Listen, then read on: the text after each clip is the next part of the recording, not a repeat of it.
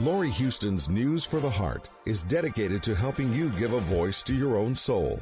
Our hearts have the power to free us from pain and the struggles that keep us from awakening to our true essence. Join Laurie now as we delve into our heart and soul to find the path that will open us to the possibilities and lead us to the life we love to live. And good afternoon. This is News for the Heart. Well, it's the last Tuesday of the month, and I have to say, I'm very happy to have you back, Tom, but I do know that last month you had a very important interview that interrupted our show, but I'm so excited that you're seeing some real quality people now. I mean, we're talking about, and I'm never going to say her name right, but from the Big Bang Theory, who was the only scientist on the show. She is amazing, so I'm very excited to when that comes out. But you also have a lot of things coming on, which is great. So welcome to the show, Tom. Yeah, well, thank you, Laurie. Yeah, her name is Mayim. Mayim. And I have trouble with the last name too. But in any case, Mayim was delightful. We had a great interview, and I'm going to be back on the show again. That interview probably will be posted in a month or so. I expect it around a month from now it'll air. Right. They're very careful with their editing there, so it takes some time. Yeah, I know. So yes, that's coming, and a few other things are coming. So things are working out good for me. I'm getting a lot more press, as they say, getting a lot more people, because Mayim has an audience of just about 2 million, so that's a lot. Yeah. You know, Joe Rogan had an audience of about 10 million. So that's a lot. So these are big podcasts that are very important. So I'm thrilled to be able to be a part of them. I just like that Mayim because she is actually a scientist. So the two of you can communicate in a level together. Yeah. Which brings us to kind of what I want to talk about. So I know that your big component, and typically is my big component, is to avoid news at all costs because it's crazy. But right now, it's really hard as a Canadian to completely not see what's happening right now. But I guess the part of the thing that I'm wanting to discuss, two things. One is that as a world, we're becoming more divided. When COVID came out, there were really just the two camps. They were the anti-vaxxers versus the vaxxers. And I sort of understood both from both perspectives. But right now we have many, many divisions, and there's so much anger and there's so much hatred and there's so many problems happening right now. But what I want to focus on is how do we remain calm, kind, compassionate, and loving when you have a narcissistic bully that's sort of not following protocol and just kind of going however he wants, sort of thing. But it's not just affecting the US, it's affecting Canada, it's affecting Greenland, it's affecting all the places that he's renamed, and it's moving into Europe, and it's kind of crazy. But I guess the point that I want to work on is how do we become more united instead of becoming more divided? And how do we bring it from a kindness and a compassionate perspective? Because sometimes we do need to know what's going on in the news, although it's very sensationalized right now. But so how do we, I'm very good at just shut the news down and don't ever look at it again. However, that's not a reality for everybody. But at the same time, how do we become more united and more evolved compassionately and just from a place of kindness instead of this separation and hatred? Well, there's a couple of things we need to keep in mind. And I think avoiding the news altogether is probably a bad idea. I think you need to at least understand some of what's going on. Otherwise, there won't be much learning going on. So, but you don't need to get angry or upset or frightened about it, because then you're part of the problem. You know, you're just another frightened person on another side, you know, yelling at the frightened persons that are on the other side, and that's not helpful. So a couple of things to keep in mind. One is sometimes you have to go backwards before you can go forwards. Sometimes you have to see how bad it is before you can turn around and say, wow, that was really bad. Let's not do that anymore. So sometimes you just, you know, a lot of times the negative spiral just goes down and down and down and down until it hits bottom. And it's a big lesson for people, because there's a lot of people who are now cranking that spiral, you know, down toward the bottom. And when you see where that goes, it's going to be a pretty ugly picture all around. And I think that's going to be very educational when people realize that these ideas taken to their completion is going to cause chaos to a degree that we haven't seen for 200 years.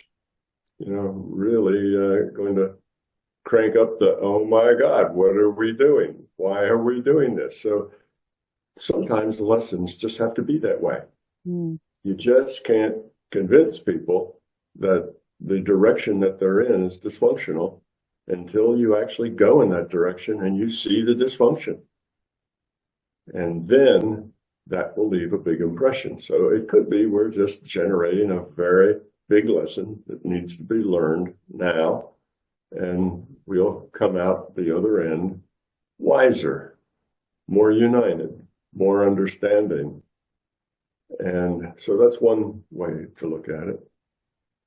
There's another thing to look at, and that is you shouldn't get upset or angry about things that you can't control. When things are outside of your ability to control them, then they're outside of your responsibility to, you know, to really affect them. They're beyond your control. There's nothing you can do personally that's going to make a big difference. That this stuff that's in motion is just going to have to play itself out until it does whatever it's going to do. Like I say, maybe it'll hit bottom and teach us all a big lesson. And a decade or 2 decades from now, people look back and say, well, that was the best thing that could have happened, because that's what really turned us around and unified us and got us all together, because we saw how bad, you know, it is to lead through bullying, through coercion, through force, that all of that is de-evolutionary for us. It's all going in the wrong direction. It's not moving toward love and caring and kindness and how can I help? You know, how can I serve? It's all about, you know, self-centered grabbing for everything you can grab. Well, those are the two big kind of, let's say, ethics that are in the world today. There's the old ethic of control, power, force. That's the ethic we've been living with for the last 200,000 years, pretty much. And it's been control, power, force. That's how you can equate that also to money, because money buys control, power, and force. So that's been our ethic for a long time. And what we're trying to do is change that ethic to one of caring, kindness, you know, helping, sharing, cooperating. That's a totally different ethic. And that's the transition we're trying to make. And this time that we're living in just now is going to be the, what can we say, the crucible upon which all these things are going to melt down and turn into something. And these two ethics are opposing each other. You have those people who are the ethic of control, power, force, and those that are into helping, caring, kindness, compassion.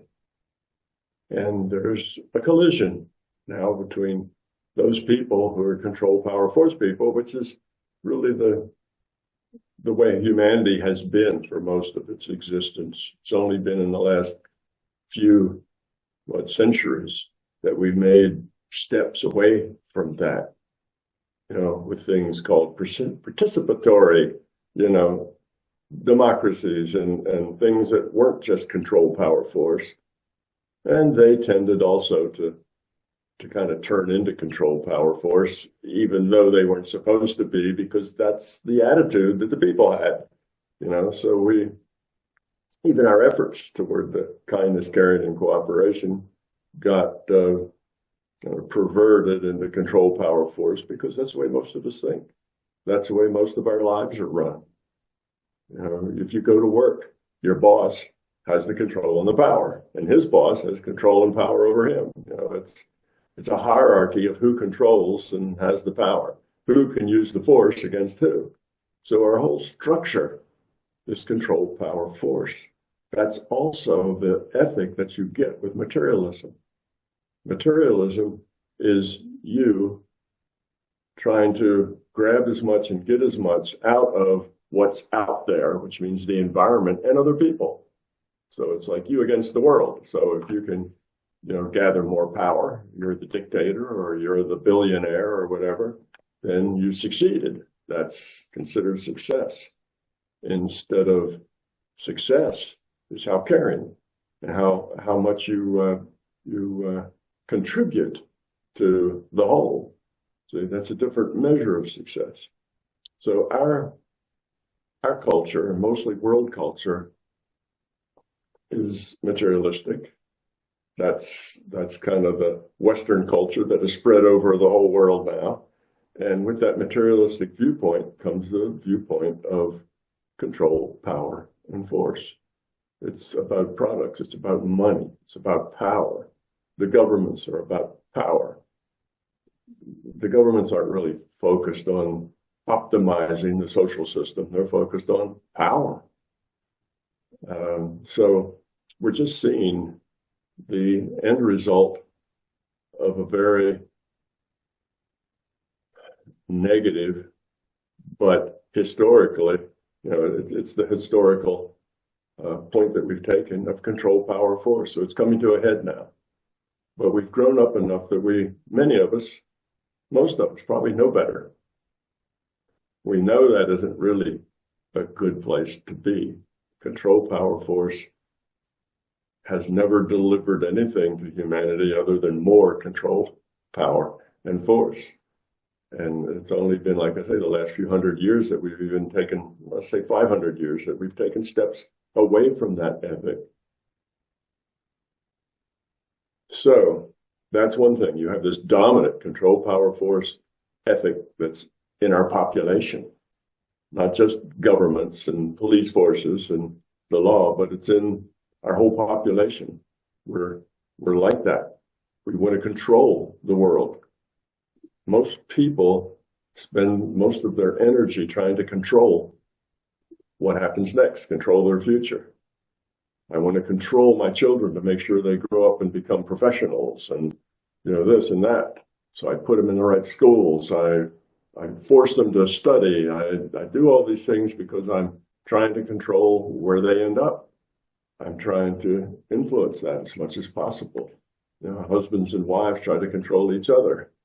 What do you want from your mate? Well, you want them to be this way and not that way. And you try to manipulate that as best you can. You push where you can push. You leave your verbal comments and so on, all trying to pressure people to be the way you want them. You try to pressure your boss to pick you for the next promotion. You try to set things up. And this idea of trying to control your world, we need to let go of that, because that always produces a suboptimal result. But people have this idea that if we don't control what's liable to happen to us, then everything will, turn wrong. Everything will be bad. The only reason it's livable is because I can control that much of it. That's why it isn't terrible. Well, as you see, that doesn't work that way. It's just getting more and more terrible as we go, because that's the way control, power, and force is. All of that is negative, and negative forces are always self-destructive. So what you build with control, power, force will always destroy itself. That's why, the dictator doesn't last but so long before somebody shoots him because they want to be the dictator. And then somebody kills that guy because they want to be the dictator. And that kind of negative stuff is always self-destructive. So here we are, a bunch of humans. Most of us believe that control, power, force is just the nature of reality, which it is not. It's only the nature of fear, not the nature of reality. And we're now acting that out to the point that hopefully we'll create a very fine lesson for everyone about where control, power, force takes you. It takes you to destruction. It takes you to disenfranchisement. It takes you to, fighting with each other. It takes you to a bad place, not a good place. And the idea that, well, if we just go through that bad place, then everything will be better, that has never worked, and it never will.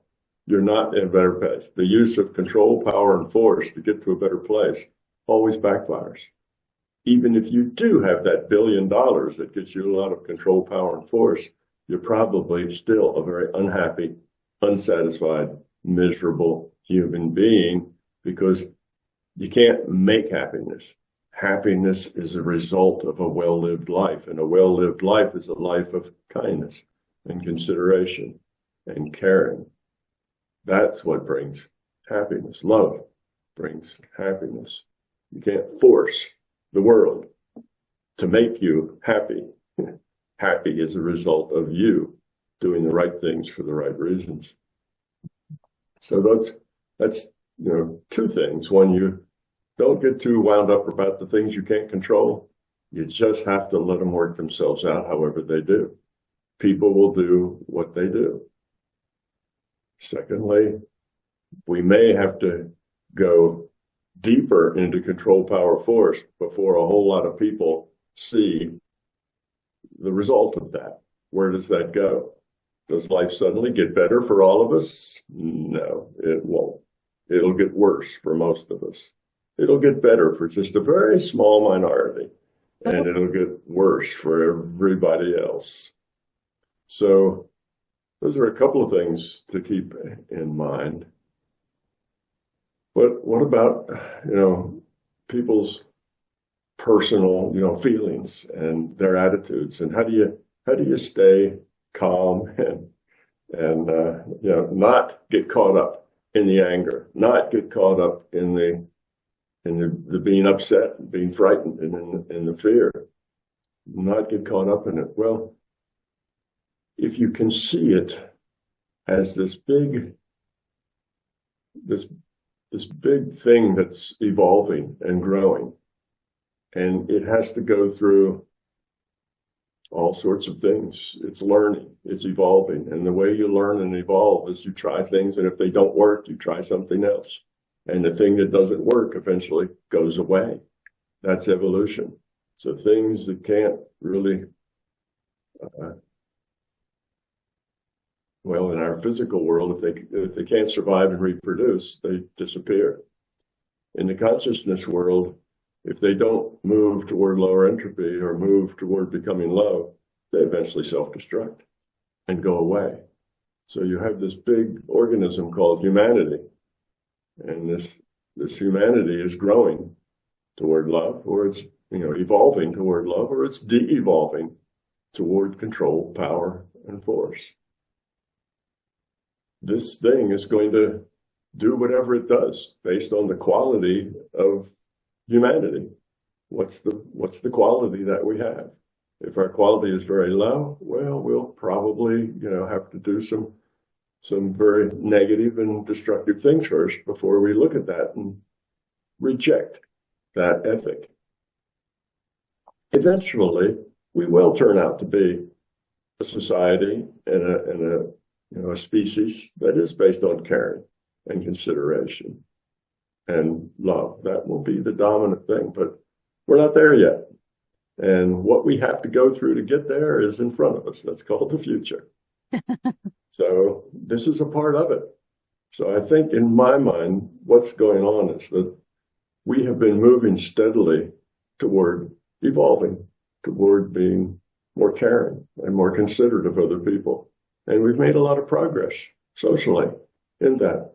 If we compare ourselves now to the way life was 500 years ago, we're a lot more caring of people. We've grown a lot, but we're getting to the point where the changes are going to be big. Okay. Before, changes were always small because you would stand up on a soapbox and talk as loud as you could, and maybe 100 people would hear you.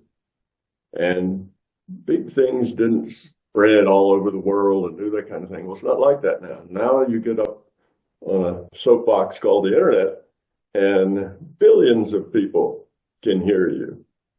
So we're in a different phase. This is the information age, where the information. That with AI the way it is and the way it's being abused, that they're using false information and making it look really real. And we don't know what's real and what's not real. And that's another issue.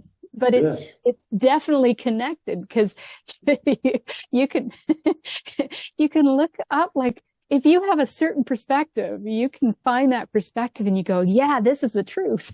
And then you see another one. It's like, but I just saw the exact same interview, and this one's saying one thing, this one's saying another. And so then it becomes even more confusing, because AI is definitely being abused in a way that can hurt us, but also help us. But unfortunately, we're in that growing pain of, well, is it going to be here to support us, or is it going to be here to take us over?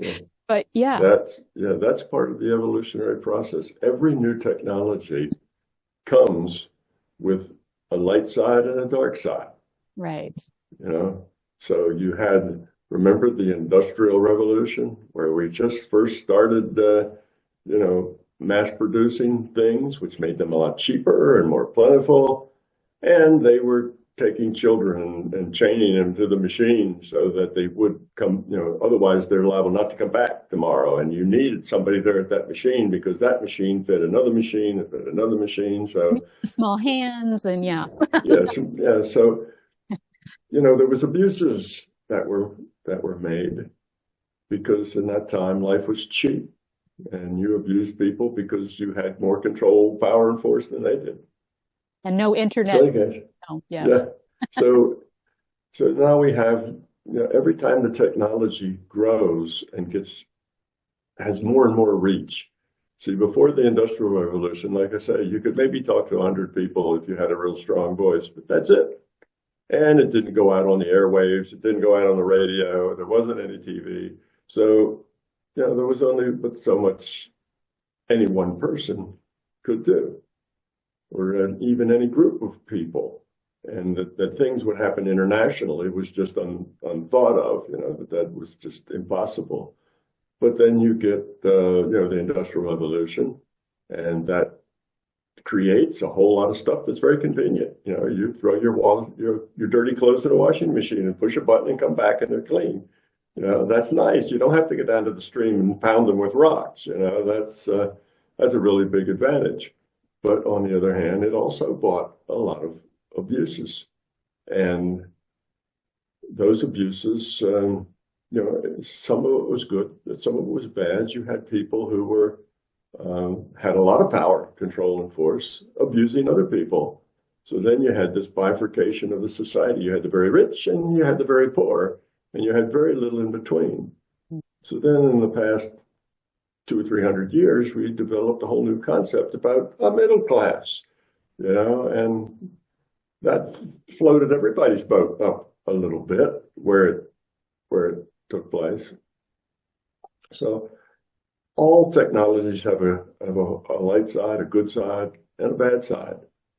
Anything that you have can be abused. So we had an internet, and that was wonderful. People could teach, and doctors could look at x-rays, over distance where there was no doctor who could look at x-rays, and all sorts of things were much better. It allowed people like me to, publish books that otherwise had to go through the trolls at the gates of book publishing. And if they didn't like it, well, then nobody would see it. So it had a lot of good things, but then it had some bad things too. There was a lot of scammers going around on the internet, and a lot of, pornography and other things that are really not helpful in our society got on the internet as well. And now there's a dark internet where basically, there's a lot of criminal activity there and other activities. I guess it's not criminal, but it's a place where you can work in the dark, where nobody can see you. And mostly people who like working in the dark are people who are on the wrong side of the law. That's typically the way that works. So yes, and now we have the thing where we have misinformation, and the people who put out misinformation appear to be just as credible as the people that put out information, because nobody really knows for sure what's true and what's not true. It used to be that you could count on, say, the newspapers or something to differentiate between who was lying and who was telling the truth. They'd call out the liars and say, oh, that person's, a liar. And everybody would go boo, because nobody wanted to, like liars. But it's not like that anymore. Now, whatever anybody says is reported just like all statements were the same. Whether they were true or false makes no difference. We just report the news. We don't comment on it anymore. It's not our job to call out liars. It's our job just to print whatever anybody says.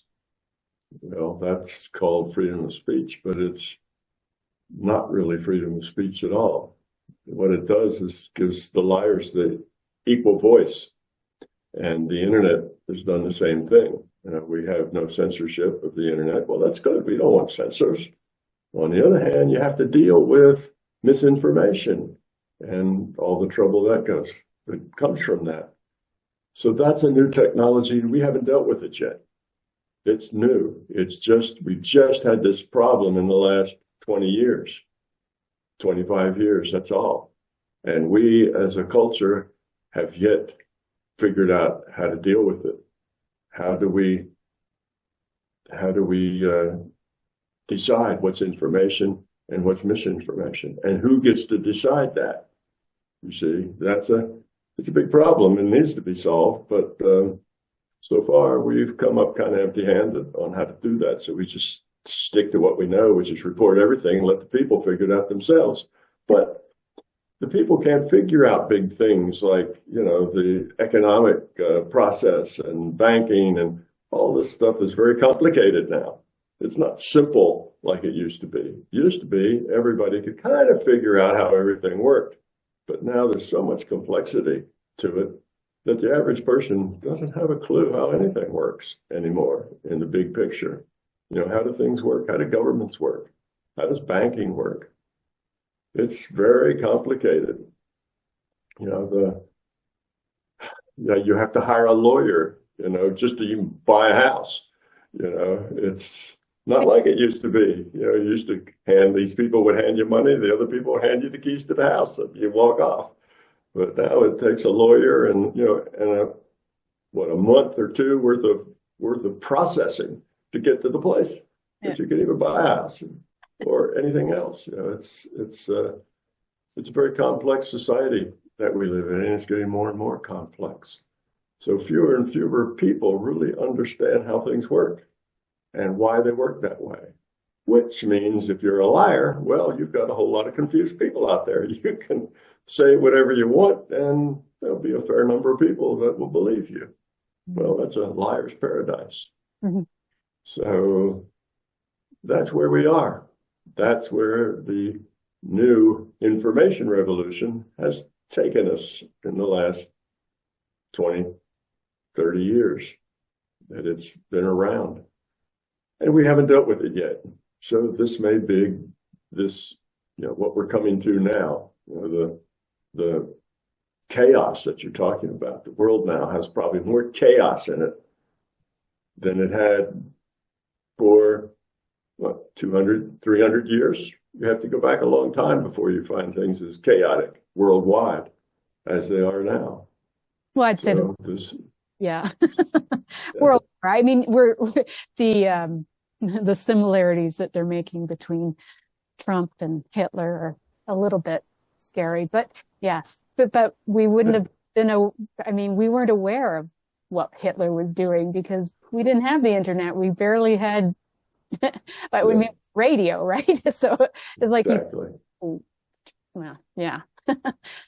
In any case, yeah. So you have a lot more awareness now. Everybody's seeing all the details of what's going on, and we have gotten to a point where what is called news is what used to be at the grocery store tabloids. That's where it used to be. Sensationalism, things that get people riled up or get them upset, or that kind of sensationalism was looked down on by the real news, by the people who really did news. Those tabloids were ridiculous and silly, but they had there's enough people buying them at the grocery store checkout counter that they kept going. But now all of our news is sort of like that. It's all sensationalism. What's going to get people excited? Because excited people spend money. And it's a matter of, saying things that attract attention, not saying things that are true, but saying things that will get people upset, get people excited, get people emotional. And those things now are reported, and things that don't get people emotional are not. So it's almost like we're in the stands and the cheerleaders are trying to work up the crowd and get them excited. So you have to look at all of that and say, what can I do? Right. What can I do to fix it? And the one thing you can do to fix it is don't become part of the problem. Even if you don't know what to do to become part of the solution, because maybe that's not an answer that we have right now, but don't become part of the problem, which means don't get angry, don't get upset, don't scream. Make your voice heard? Well, yes, any way that you can make your voice heard, but don't make your voice heard by punching out the people who disagree with you. That's not the way you make your voice heard. It's an educational thing that's happening, and we just have to see what humanity does. So we were all separated, each in our own little communities. Like I say, most we could do is talk to 100 people.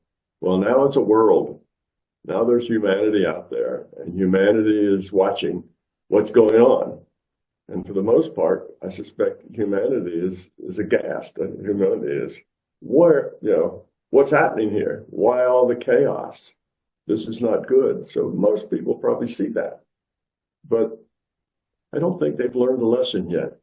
So this will probably continue to degenerate until we, most people, humanity, a majority of the people, see where these various ideas take us and learn from that lesson. So it may get a lot worse yet. Who knows? It may turn around, a year or two or three or four from now. And that may be enough of a lesson where people have learned it already, or maybe it's not, we don't know. But the organism that has to learn is human, the whole human society. It used to be just a village, and then a town, and then, the big city. And now we're all in this boat together. All of us humans are going to either do better or do worse. And we've never had this human thing before. It's always been just small groups of humans. So this is new. And it's the internet, the information age that's brought us into a family. And now in this big family of humanity, we're having a big argument about whether control, power, and force is a better ethic to have than caring, cooperation, kindness. And we'll see how that plays out. I think it probably won't take as long as we think. I think it'll probably be over in 3 or 4 years, half a decade rather than a decade of going through all of this. But it may, who knows, it may take us 3 or 4 decades before we work through it all. It's a big lesson to learn. But there's 2 sides. There's the control, power, force side, and there's the caring, kindness, helpful. What can I do? How can I help? Not what's in it for me. How much can I grab? And if I grab it, how am I going to keep it? Well, you keep it with power, force, control. So we have to decide which way we're going to go. And if it takes us another 2 or 3 centuries to even get back to where we were, well, that's just the price you pay for growing up. Growing up is not an easy thing. Growing up can sometimes be a very hard lesson for a lot of people. But we will grow up and we will learn this lesson. So you have to take the big picture view, the long view. This is the first throes of humanity kind of acting like a single organism, because we're all connected now and everybody's affected. You notice before, this nation was fighting with that nation. It's not like that now. Things that the people are doing now affect more than just that other nation. They're affecting, dozens of nations. Hundreds of nations are all being affected at the same time. This is not the same kind of arguments we had over territory or water rights or minerals or boundaries or something that's gone on in the past. This is now a struggle of ethics, a struggle of that humanity as an organism, not a country, but humanity is the organism that is now in the throes of growing pains. And these growing pains can be pretty painful for us. But if we get angry and upset and take to the streets in a negative, in a forceful way, then we become part of the problem. So if the majority of people do not become part of the problem, then this growing pain will resolve itself more quickly. If everybody throws in and tries to overpower the enemy, and this struggle will last a lot longer. So I'd say the important thing is don't become like what you dislike in others. Don't get angry. Don't get mean. Don't say, well, we're going to do this. They're going to do this to us. We'll do that to them. And get into you start the fight, and that always makes everything worse. That won't make things better, even though that's the way most people think, because most people are in a control, power, force mode of thinking. That's materialism. It's in all of our cultures, all around the world. That's the way we think. And we have to think differently. We have to see things in a different viewpoint. And as soon as we learn that lesson, we'll find all this chaos will just disappear. It'll go away. And we will get back on track toward evolving. But like I say, in the very beginning, sometimes you have to feel pain before you change what you're doing to cause that pain. And mostly that's just the way people grow. Unfortunately, they don't grow by philosophizing about how things should work. They grow by feeling pain, and that pain forces them to do something differently. Whether it's you put your hand in the fire and you pull it out because of the pain, and then you learn something. Don't stick your hand in fire, That's a lesson. Well, we're sort of at that level, but just in a whole lot more complex world than it was when there was nothing but fire, to be afraid of. Now there's a lot more, and it's a lot more complicated. but it's the same rule. You know, if we don't have pain, we'll probably never learn what we need to learn to get through it. And what we're seeing now is a lot of that pain. It's that power, control, force, ethic is what is creating it. And most every one of us is like that. We want to control things. Well, we can't control much, but we can control a few things, and we try to control everything we can because that's our ethic. We believe that that's the right way to approach life, is trying to control it to be the way you want it to be. But that's wrong. That just creates chaos. It doesn't make things work better. You might think it does. Well, if I didn't control things, everything would be worse. No, if you didn't try to control things, everything would be better, not worse. But if you live in a society where everybody else is trying to control things and you're not, then you have to be a little more careful. So we all have to do it together. Again, a human organism has to do this as a tribe. As the human tribe, we have to figure this out. Before, it's always been just individuals or groups of individuals or even nations of individuals. But now this is a worldwide issue.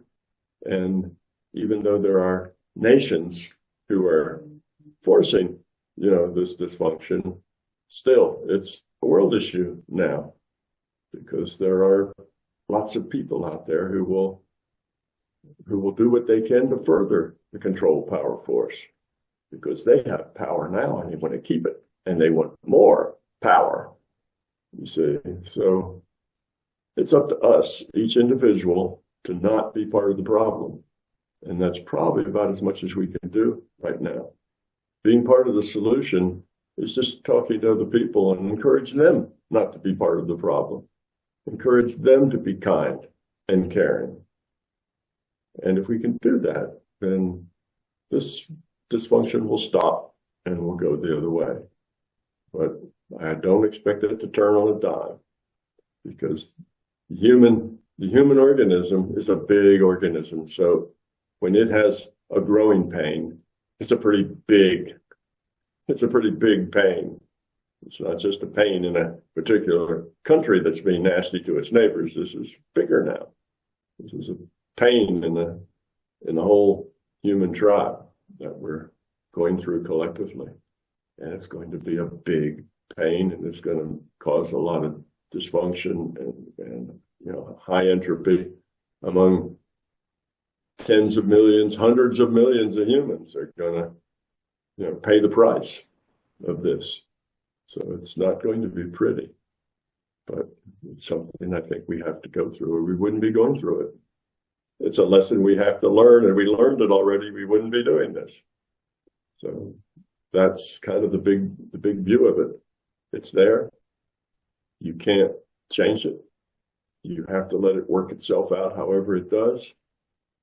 Be smart, be safe, but also don't lose your kindness and your caring and your positive qualities. Don't become one of them that's saying, well, I need more control and power and force on my side to combat their side, because now you're starting a fight that will make everything worse. You don't settle things with force. When you do, they're really not settled. They always erupt again. You don't really settle things. Control power force doesn't work in the long term. It can change things in the short term, but in the long term, it doesn't really change anything because it's self-destructive.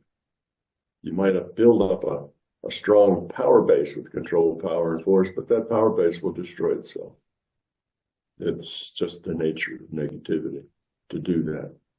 So here we are, individual humans in this big monster called humanity, and it's going through a growing pain, and we'll just have to see it through by remaining kind and caring and loving, and by voicing our opinions. I mean, we should be open in voicing our opinions, but not in a negative, not in a way that we're fighting with other people, but in a way we're trying to educate other people. And if they don't want to be educated and they don't want you to talk to them, well, then don't. because you can't force anybody else to change who they are. So you can't push on that. All you can do is tell people what you think and let it be. So that doesn't seem like doing much, but that's about all you can do. There's been times that I've wanted to reach out to some of the people, but then I go, well, that's just my ego wanting to show them, to help them. But that's still just my ego wanting to help. It's not really, it's coming from a loving and compassionate place, possibly, but it's still me trying to show them the way. It's like, wait, how is that being? So that's where I get confused. Like, how do I be and let our opinions or our choices, how do we do that? All right. I can, right? Like, I can address that. okay. The difference is, if what you're trying to do is to convince them to think like you, then that's not good. So good. Okay. What you need to do is not say you're wrong and I'm right, and here's the right thing. See, that's starting an argument, and that will never get you anywhere. The idea is to stay neutral and say, I think life would be better if all of us just cared for each other. I think life would be better if we all cooperated and worked together, and we didn't try to run over other people's free will. You know, running over other people's free will, forcing them to be this way or that way, forcing them to do things or not do things, that's not helpful. It's so much better if we all just work together, cooperate, and care for each other. And just put that out there as an idea, not saying these people are wrong and these people are right, or you need to see it my way because my way is correct. That's just being part of the problem, because everybody on every side of the problem feels exactly the same way. If everybody would just see it their way, there'd be a great solution. So everybody does that. So you have to say something that's positive, but it's not challenging to what they think, but it's positive, just something nice. Just the idea that, people trying to force other people into things or out of things is not good. So let people be, let them grow, let them make their choices and do what they do. And if those choices make everything worse, then we'll just have to have everything worse for a while until we see the error of that and we change. So it's not about, using force to keep us from descending deeper into chaos. If we just use force to keep us from descending into chaos, we'll just make more chaos. Or even if we reduce the chaos, then there'll be more chaos later because we won't have learned the lesson. So the thing is, we'll have to deal with it. You have to deal with the growing pain. So let's just be as positive as we can. Let people think whatever they're going to think, but let us always be a force of positivity and helping and caring, and make those kinds of statements, not with the idea that we're going to change somebody's mind, but just that we're sharing our viewpoint, which is one of peace and love and connectedness, doing things for people. How can I help? How can I serve? Not what can I grab and how can I keep it? What can you do for me? That's the wrong attitude. So if we just talk about those sorts of things and not try to manipulate other people to our viewpoint, because that'll just push them further into their own viewpoint. You just have to be positive. And eventually that speaking positively will resonate with people. People will get that. Yeah, this idea of forcing everybody to do it my way is the wrong direction. You just have to let people make their own choices, but stay positive. Don't get negative. Don't get angry. Don't get upset. Just say, well, humanity's a big thing. It's going to be a big growing pain, and it may have to get worse before it gets better. But, oh well, I'll stay positive anyway. And I'll roll with the punches. I'll bend with the wind. I'll do what I have to do to keep everything together. That's important. You have to be aware of what's going on, or you might be caught up by surprise and something. But stay aware, stay plugged in, stay positive. So those are I think these are the best ways to deal with it. And if you think of it as a growing pain, well, growing pains are something that systems have to go through. It's usually something that new corporations have to go through before they become major corporations. They have growing pains. They can't meet requirements for production. They don't have a trained workforce. They have growing pains that they have to work through. Well, everything has that. Everything that's evolving, gets into the growing pains. And that's where we are right now. But that means that there's, a lot of people who see the right way, who don't want control, power, force. Otherwise, there wouldn't be a growing pain. There'd just be control, power, and force, and it would dominate everything. That's the way it was 500 years ago. Control, power, force dominated everything. Nobody complained. If they did, somebody, chopped off their head or got rid of them. So we're not there now. We're in a place where there are two sides. It's not just all control, power, force. There's a pretty close to probably, 2/3 of the population don't like control, power, force. Unless, of course, they're the ones that are in control and have the power and can exercise the force. Then they love it. But there has to be enough people who are not like that, that eventually those people will be drug along too. So the only way to combat control, power, force is by being loving and caring. There isn't any other way. If you go out to slaughter your enemy, all you're going to do is create a bigger problem later. Right. That doesn't work. That just makes your enemy stronger in the long run. So better to just be positive and let it run whatever course it has to run, because humanity is a big thing with a big growing pain, and there's no way through it but to let it go however humanity makes it go. I mean, we are a part of humanity. So we can learn faster or we can learn slower. But however it happens, that's the way it happens, because that's what we need to go through to get to where we're going. So let's get on with it and get through it the best way we can. Yeah. I think my message that I want to say is, let's start being more united instead of so divided. And because if we're all united, then some of this stuff won't even happen, because it wouldn't happen. It's like, be united and come from that place of kindness and compassion. And just, I think the service part, though, is a really big piece, because I think if we can approach it from, I hear you, so what can I do to help you? That might work. Something like that. But it's the disinformation that has fractured us, you see. Really? We were more united. We had a bigger picture. But the disinformation has broke us into 20 or 30, pieces. Yeah. And we've never dealt with that before on a large scale. We've only dealt with that within communities, but never within the human race, never within the world. So this is the first time that's happened, and here we are having to work our way through it. So that's the key. We're going to have to learn to critical thinking skills, things like that. Maybe that's you should be taught from kindergarten on. You want to be taught critical thinking skills, so you can easily separate, opinion, hearsay, and propaganda from the truth.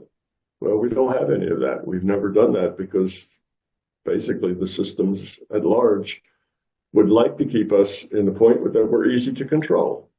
So the critical thinking skills hasn't been big on anybody's agenda, because the people who run, like the educational systems, would rather have a society that was easier to manipulate.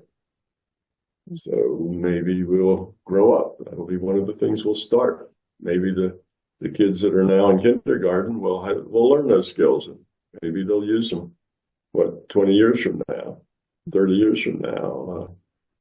I don't know, but there are solutions to the problem.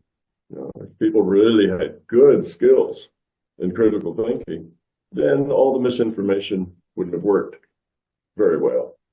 we wouldn't have been so easily fragmented. But people believe things that they want to hear. If you're a frightened person, then somebody tells you a scary story, you'll believe it because you're fearful. So frightening stories are easy to believe, easy to jump to conclusions. But if you really understand how to think critically, then when you hear a lot of opinions and very few facts, then you stop and you say, no, I'm not going there because all I hear is, is a lot of people's opinions. That doesn't carry any weight with me. I need to see what the facts are. And you may have to dig for a while, but if there's a lot of people digging, then institutions will start to create themselves to deliver facts and ways of knowing the difference. What is a fact and who can you trust? And so on. So that'll become a big thing. Whereas right now we don't have any of that sort of stuff institutionalized within our culture because it's never been a problem before, because it's always been, we've never been at this level before, where it's a world that we're working with, not just a country or two countries. So we're in new territory here. And that's kind of the reason why we have this growing pain. We now are a family of humans in the world. And we need to act like a family that cares for each other. And when we do, our family will be a happy family. That's the answer. Family. Create our tribe, be your family. Yeah. And support us. That's what we do. All right. Well, I like this. I mean, it's a tough topic because it's a tough place for a lot of people, but we'll get there. Yeah, we'll get there sooner or later. Sooner could be maybe a decade or two, and later it could be maybe a millennia or two. It's hard to say how we humans will react, but whatever it is, we'll eventually get there, and we have to do our part, which whatever little slice of time that we're in for our, 70 or 80 or 100 years, however we might live, it's just our part to do what we can.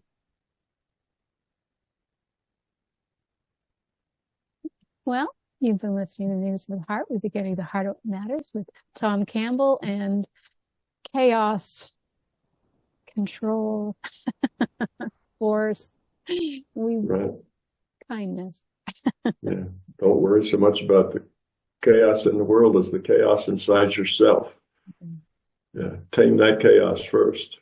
Then the world will take care of itself. Mm-hmm. Now you've heard it here. All right. Well, we'll be back hopefully next month. And maybe we'll try something a little bit lighter. Yes. All right. Thanks, Tom. Thank you, Laurie.